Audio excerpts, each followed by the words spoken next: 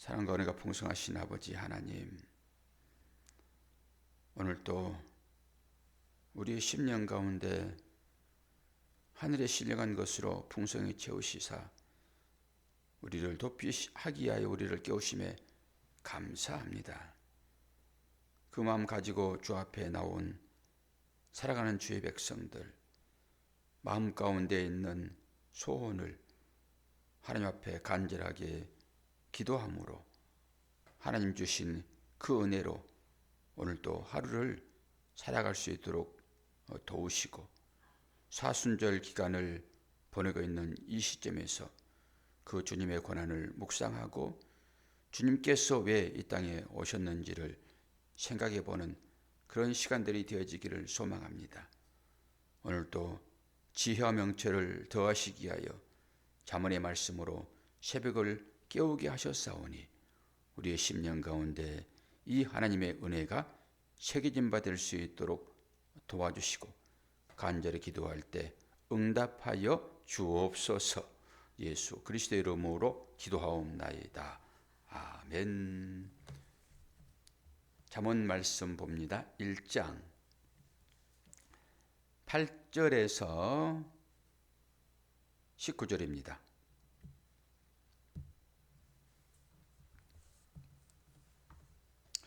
문단이 좀씩 다르게 이렇게 나와 있기도 하는데, 여러분 책은 아마 7절부터 시작될 것입니다. 저는 8절부터 봅니다. 8절부터 19절까지 보겠습니다. 내 아들아, 내 아비의 훈계를 들으며 내 어미의 법을 떠나지 말라. 이는 내 머리에 아름다운 관이요 내 목에 금사슬이니라. 내 아들아, 악한 자가 너를 꿰일지라도 따르지 말라. 그들이 내게 말하기를 우리와 함께 가자. 우리가 가만히 엎드렸다가 사람의 피를 흘리자. 죄 없는 자를 까닭없이 숨어 기다리다가 수월같이 그들을 산채로 삼키며 무덤에 내려가는 자들같이 통으로 삼키자. 우리가 온갖 보화를 얻으며 빼앗은 것으로 우리 집을 채우리니 너는 우리와 함께 제비를 뽑고 우리와 함께 전대 하나만 두자 할지라도 내 아들아, 그들과 함께 길에 다니지 말라. 내 발을 금하여 그 길을 밟지 말라. 대저 그 발은 악으로 달려가며 피를 흘리는데 빠름이니라. 새가 보는 데서 그물을 치면 헛일이겠거늘 그들이 가만히 엎드리면 자기의 피를 흘릴 뿐이요 숨어 기다리면 자기의 생명을 해할 뿐이니 이익을 탐하는 모든 자의 길은 다 이러하여 자기의 생명을 잃게 하느니라. 아멘. 유혹자들을 조심하라, 그런 제목을 달았습니다. 오늘 이 말씀은 가정이 얼마나 중요한지, 그리고 자녀 교육을 어떻게 해야 되는 것인지를 우리에게 보여주고 있습니다. 하나님의 교훈이 필요한 모든 그리스도인을 향하여서 주시는 말씀이다라고 그렇게 보시면 되는데요. 8절에 처음에 뭐가 등장합니까? 내 아들아, 그러죠. 내 아들아, 내 아들아. 그러면서 내 아비의 훈계를 들으며 어미의 법을 떠나지 말라. 가정입니다. 가정이 너무너무 중요하다는 거잖아요. 여기서 내 아들아 그랬을 때 아들은 기본적으로 벤이라고 단어를 씁니다. 벤. 그럼 아들이기도 하지만은 손자를 말할 때도 이 벤을 쓰고, 또 젊은 사람들을 생각할 때도 말할 때도 이 벤을 쓰는 것입니다. 벤, 아들아. 그러면은 이 잠언은 누가 지었습니까? 솔로몬이 지었잖아요. 솔로몬이 아들을 향하여 하는 말일 수 있어요. 직접적으로 보게 되면 내 아들아 그랬으니까. 그럼 솔로몬의 아들은 누구예요? 여로보암이에요? 르호보암이에요? 르호보암이죠. 르호보암. 여로보암은 북이스라엘을 세운 사람이라고 말씀드렸잖아요. 그러면서 애울 때 옛날에 여로를 생각해 보면 알아요.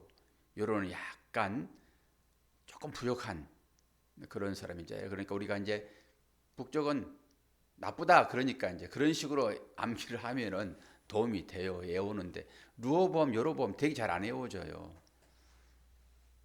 르호보암 솔로몬의 아들, 여로보암 그 반대편에 대적자 이렇게 봐버리세요. 그냥 그 다윗의 군대 장관이었잖아요. 그 장관의 아들이니까. 르호보암을 교육하기 위하여 솔로몬이 내 아들아 이제 그렇게 보시면 돼요.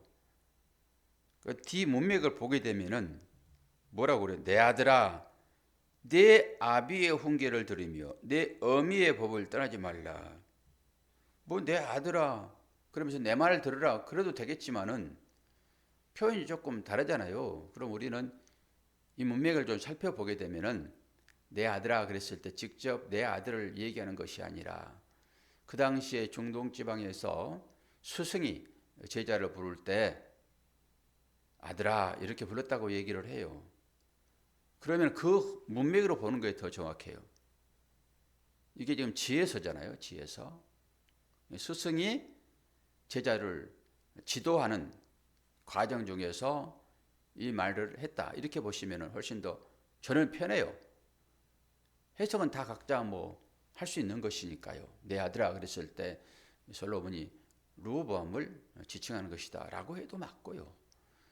그리고 저는 이제 뒷문맥을 살펴보면서 그 당시에 스승이 제자를 부를 때 그걸로 보면 더 좋겠어요.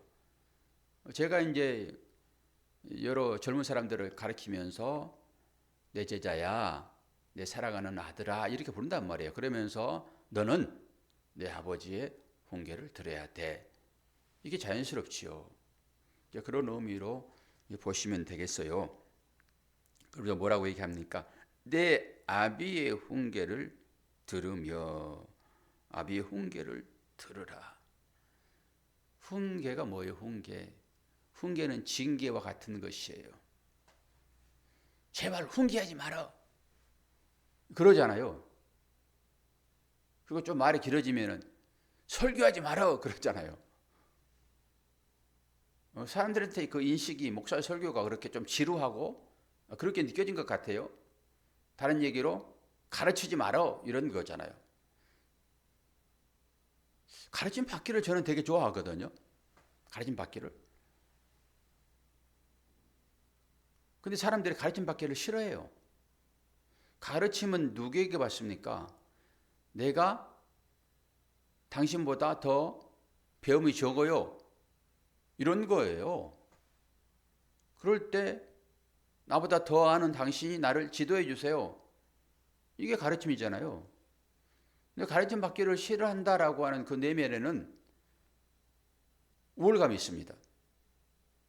시까지 게 뭔데 나를 가르치려고 그래? 이렇게 되는 거죠. 대부분 사람들이 그렇습니다. 이 훈계를 싫어하는 거예요. 사람은 전부 다 내가 더 잘한다라고 생각해요. 내가 더 잘났다라고 생각을 합니다. 이제 어디에서 그걸 느끼냐 그러면은 여러분도 삶에서 아마 그런 것을 종종 느끼실 텐데요. 똑같이 실습을 어디 가서 받는다든지 그러면은 실습을 시키는 그분 앞에서는 우리가 다 말을 받아들이잖아요. 그런데 같이 이제 실습을 한단 말이에요.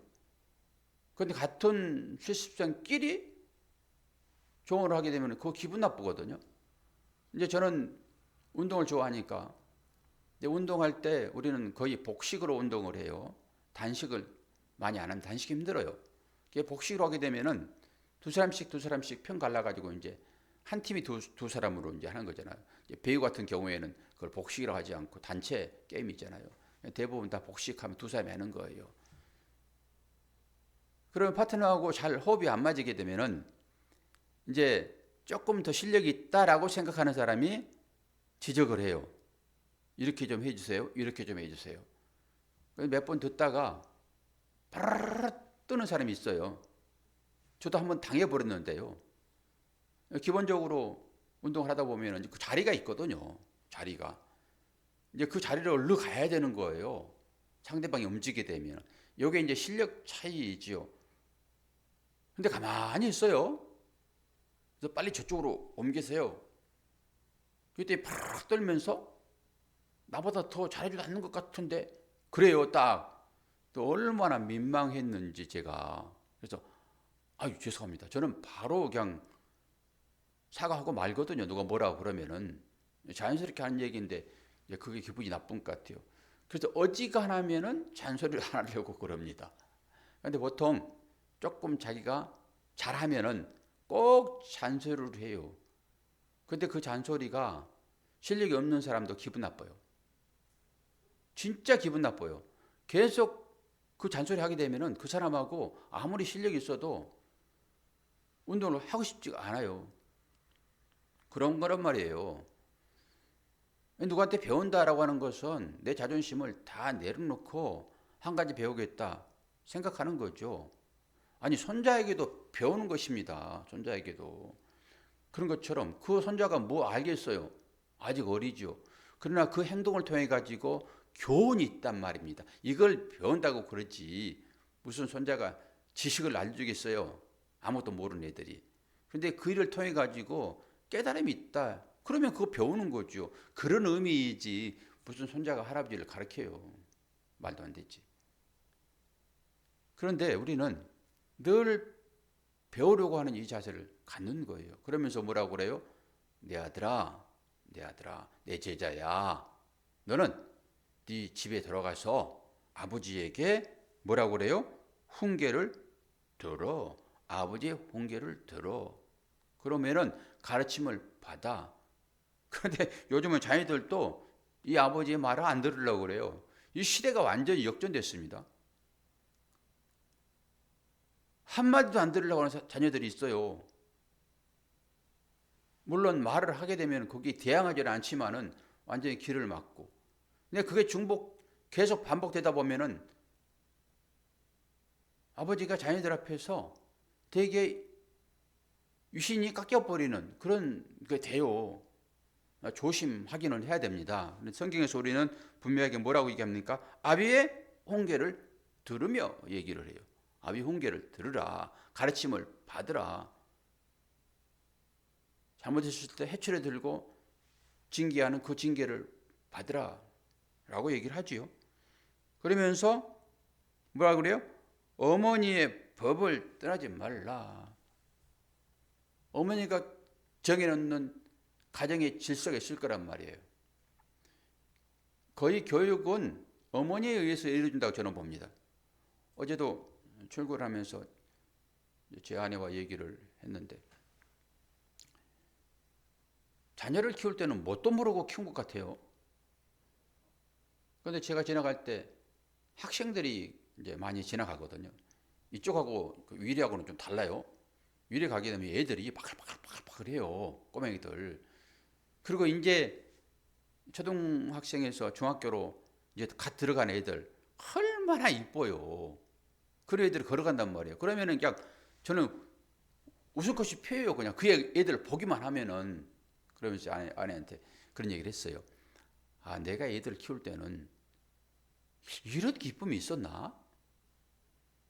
그런 생각을 해보는 거예요. 물론 저는 제 아들을 이제 처음 대하고 나서 태평도 고개로 올라오면서 만세를 올렸다니까요. 만세를. 얼마나 좋았으면. 근데 많은 추억이 없어요. 그냥 먹고 사느라 바빠서 그랬나? 지금은 이제 완전히 다르죠. 지금은. 그런 생각을 해보았는데 이 어머니라고 하는 것은 다르더라고요. 저는 그냥 그 추억이 별로 없는데 제 아내는 퇴근을 해 와가지고 그 피곤한데 그 아이들과 놀아주려고 모든 일은 다 제껴놓고 뭐 빨래고 뭐 설거지고 다 제껴놓고 아이들하고 놀아주느라고 추억 쌓아주느라고 그래가지고 그 가로등 밑에 돗자리 펴놓고 그것도 책 읽어주고 그랬다고 어저께 얘기를 하더라고요. 그러면서 힘들어도 그렇게 했다. 그건 뭐예요? 자녀들을 교육하는 거거든요. 어머니의 하루 종일 엄마하고 떨어져서 살았는데 그 어머니의 그 향기를 애들한테 남기고 싶은 그게 얼마나 피곤해요. 저는 그것도 모르고 그냥 잠만 쿨쿨 자고 막 2시까지 일하고 설거지하고 그런 일을 했다고 얘기를 하더라고요. 그러면서 이 아버지하고 어머니는 다르구나. 물론 오늘 아버지한테 훈계를 들으라고 그랬는데 또 어머니의 이 법을 떠나지 말라 했는데 어머니가 정해놓는 이 가정에서의 그 규칙 같은 것, 자녀들을 키워내고자 하는 이 법, 이걸 얘기를 하는 것입니다.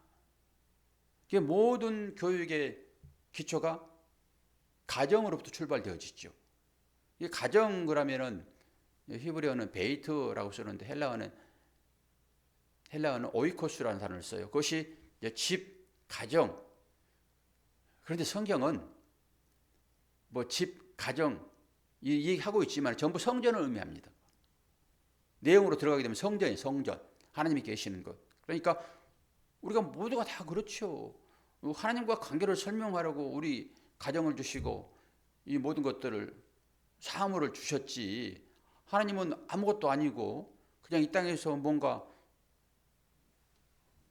호의호식하고 뭐 즐거움을 찾으라고 이 땅 가운데 풍요를 하나님께서 줬겠어요? 이 모든 것을 통해서 하나님의 나라에서 영원히 그 하나님과 함께 살 것을 생각하고 이런 법을 주신 거잖아요, 우리에게. 그러면서 어머니의 법이라고 하는 것은 그래 중요해요. 이제 금방 어머니의 품을 떠날 것입니다, 우리 자녀들이. 지금 거의 떠나 있지요? 안 떠나 있는 우리 박 집사님만 안 떠나 있는데 박 집사님 오늘 안 들어오셨네. 다 떠나 있죠, 뭐.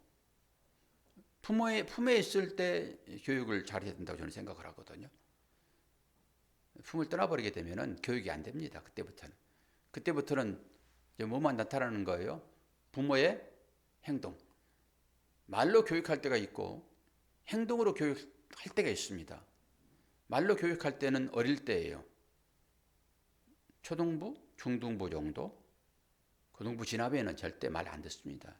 그때는 뭘로 보여줘야 돼요? 행동으로 보여줘야 됩니다. 그래서 우리는 자녀들에게 등을 보이는 부모가 돼야 돼요. 어떤 등입니까? 부모의 삶입니다. 삶. 그게 신앙과도 연결되어 있죠. 기도하는 부모의 모습. 묵묵히 가정을 책임지고 사회를 책임지고 하는 그 가정의 그 어머니의 그 등. 이거 보고 배웁니다, 우리 자녀들은. 근데 기초 단위가 집이에요. 집. 가정교육이 그렇게 중요한 것을 성경도 지금 얘기를 하고 있는 것입니다. 아버지의 훈계를 들으며 어머니의 법을 떠나지 말라. 그렇게 훈계를 받고 어머니로부터 교육받는 자녀들은 마지막에 어떻게 된다고요? 머리에 아름다운 관이 얹혀질 것이고 목에 금사슬이다. 목에 금사슬. 그러니까 갑자기 제 가까운 아우가 생각이 나는데 금을 여기에다 이 열돈을 금을 목에다 걸고 다녀요, 가끔. 열돈이 얼마인지 아세요, 권사님? 한돈이 100만 원 넘어가요. 예. 옛날엔 그 20만 원씩 그렇게 했던 것이에요, 지금. 금이 그렇게 많다고요. 그러니까 최고의 가치를 지금 얘기하는 거예요. 아버지의 훈계를 듣고 어머니의 법을 떠나지 않는 자들은 머리에 아름다운 관이 씌워지는 상태, 그리고 목에 금사슬이 걸린 상태를 얘기를 하고 있단 말입니다. 그만큼 중요해요, 가정의 법이라는 것은. 그래서 8절 9절은 부모의 훈계를 따르라. 그러면 너에게 이 관과 목걸이가 금 목걸이가 주어질 것이다 라고 하는 것이죠. 10절에서 14절까지를 보게 되면은 쭉 한번 보시게 되면은 뭐라고 그래요? 악한 자의 유혹을 거절하라 그러잖아요. 악한 자의 유혹을 거절하라. 뭐라고 얘기합니까? 전대 하나만 갖자 얘기를 해요. 전대 하나만 갖자. 전대 하나만 갖자라고 하는 건 뭐예요? 금고 하나 가지고 우리 살자. 여러분은 지갑을 따로따로 차고 있습니까? 가정에서? 요즘들은 다 그러더라고요. 따로따로 차요, 지갑을. 각자 통장을 따로 가지고 있더라고요. 예전에는 그런 게 없었어요. 남편이 보러 오면 여자가 집에서 살림하고 그걸로 가용 쓰고 재산도 증식하고 다 그랬죠. 지금은 다르더라고요. 제 자녀들 봐도 그래요. 따로따로 있어요. 따로따로. 그런데 지금 뭐라고 그래요? 전대 하나만 갖자. 이건 뭐예요? 공동 금고로 하자. 좋은 말 있잖아요. 좋은 말이잖아요. 그런데 공동 금고를 하자 그래 놓고는 어떻게 할까요? 다 뺏어가겠다라고 하는 거 아닙니까? 뒷부분을 전부 유혹에 넘어가지 마라 얘기를 하고 있는 것이니까 부정적인 측면이란 말이에요. 그러면서 부당한 이익은 결국 그들의 목숨을 앗아가게 될 것이다 얘기를 해요. 11절을 보면은 가만히 엎드렸다가 사람의 피를 흘리자 이렇게 얘기하잖아요. 무슨 얘기예요? 직접 사람을 죽이겠다는 거예요? 비양심적이고 비열한 사람을 뜻하는 거예요. 그런 것들이. 엎드렸다고 뭐 사람을 어떻게 죽입니까? 예전에는 그럴 수 있습니다. 지금 우리의 삶으로 보게 되면은 가만히 엎드려서 누구를 피를 흘려요. 택도 없는 소리지. 다른 얘기로 그들의 생명처럼 아끼는 어떤 것들을 공동 도모하여 빼앗자 라고 하는 것이죠. 우리의 삶에서 이런 일들이 분명하게 있을 수 있어요. 그럼 우리는 이 삶을 통해 가지고 마지막에 생명을 빼앗기는 어떤 일들이 일어날 것인데 마지막 때에 정리돼 버리는 그런 것들이잖아요. 그럼 뭘까요? 이 말이 우리들에게 있어서 뭐 공동 전대를 갖자, 뭐 피 흘리고 숨었다가 우리의 피를 흘리고자 하는 그들의 도모에 우리가 어떻게 방비를 해야 되냐라고 우리의 삶을 돌아보게 되면은 이게 어떤 일일까요? 당장 물질에 보이는 물질의 어떤 손해를 얘기할까요? 그거 당장 뭐 없다고 우리 생명이 어떻게 됩니까? 그럼 어떤 것일까요? 이것은 영원한 가치를 얘기를 하는 것이겠죠. 영원한 가치. 우리를 하나님 나라에서 영원히 못 살게 하는 것이 무엇일까요? 비진리입니다. 비진리. 야, 그 성경 말씀이 이렇게 조목조목 다 우리의 삶으로 나타났는데 그냥 그것만 하면 돼. 이게 율법이잖아요. 이게 영지주의 성경에서 말하는 이단의 세력들 아닙니까? 예수의 인성을 거부하는 자들, 예수의 신성을 거부하는 자들, 그리고 야, 죽으면 끝인데 뭘? 지금 배부르고 잘 살면 그것이 행복이지 라고 가르치는 모든 교훈입니다. 이게 우리의 피를 흘리는 거예요. 피 흘리면 죽잖아요. 이 땅에서 잠시 행복을 누리며 사시겠습니까? 이 땅에서 조금 힘들고 어렵더라도 믿음을 지키며 사시겠습니까? 잠언의 지혜는 바로 그런 얘기를 하고 있지요. 영원한 것에 우리의 삶의 포커스를 맞추는 것이야말로 지혜 있는 자들, 명철한 자들이 행하는 일일 것입니다. 오늘은 내 아들아 라고 했는데 오늘 하나님께서 저와 여러분을 향하여서 똑같이 그 얘기합니다. 내 아들아, 내 아버지의 교훈을 따르라. 내 어머니의 법을 따르라. 우리의 참 아버지가 누구십니까? 하나님 아버지 말씀으로 주어진 이 교훈, 이걸 잘 따르게 되면은, 따른다라고 하는 것은 이 말씀이 가지고 있는 참뜻이 무엇인가라고 하는 것을 얘기하겠지요. 그냥 겉으로 드러나는 것은 세상적인 가치인 것이니까 이걸 따르라 얘기를 하지 않겠지요. 이 법이 우리에게 뭘 말하고 있는지 그 내면을 들여다보아야지. 세상 겉으로 드러나는 것에 유혹받지 말고, 이런 의미가 되지 않겠습니까? 이게 생명을 얻는 것이죠. 다른 얘기로 이 말씀을 통하여서 너의 죄를 대신 지고 십자가를 진 내 아들, 그 교훈을 따르라, 이런 얘기겠죠. 그 교훈은 어떤 것일까요? 당연히 이웃사랑으로 나오지요. 하나님 사랑, 이웃사랑. 그러니까 이웃사랑으로 나가야지, 이웃사랑이 우리 삶 가운데 나오지 않고 내 배만 부르고자 하는 삶으로 하나님의 말씀을 듣는다 하게 되면은 이것은 말씀을 잘못 듣는 거죠. 부모의 교훈을 따르지 않는 거죠.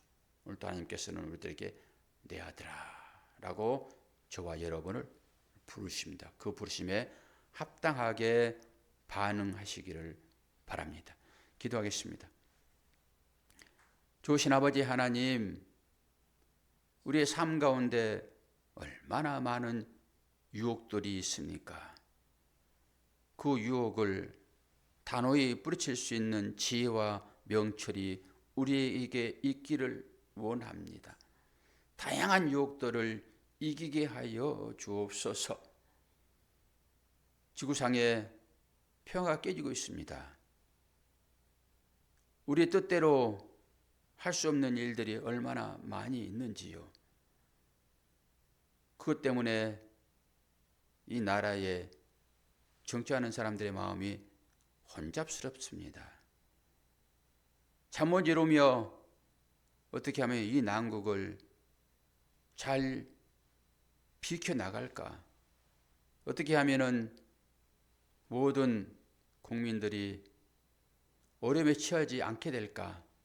노심초사하고 있는 많은 공직자들을 축복하실 때 이 솔로몬의 잠언 말씀이 저들에게 인식되게 도와주시고, 하나님께 무릎 꿇고 기도하여 지혜를 얻어 이 어려운 일들을 잘 헤쳐나갈 수 있도록 저들을 붙잡아 주시옵소서. 속히 전쟁이 그치고 평화가 임하는 그런 소식들을 우리가 접할 수 있도록 아버지 하나님, 우리들로 하여금 기도하게 도와주시고, 기도할 때 응답하시는 그 하나님의 그 사랑 경험할 수 있도록 축복하여 주옵소서. 오늘 또 하루의 삶을 시작합니다. 내가 있는 그곳이 하나님의 집인 것을 알고 그곳에서 하나님의 말씀에 순종하며 사랑으로 우리의 삶이 나타날 수 있도록 은혜 허락하여 주옵소서. 예수 그리스도의 이름으로 기도하옵나이다. 아멘.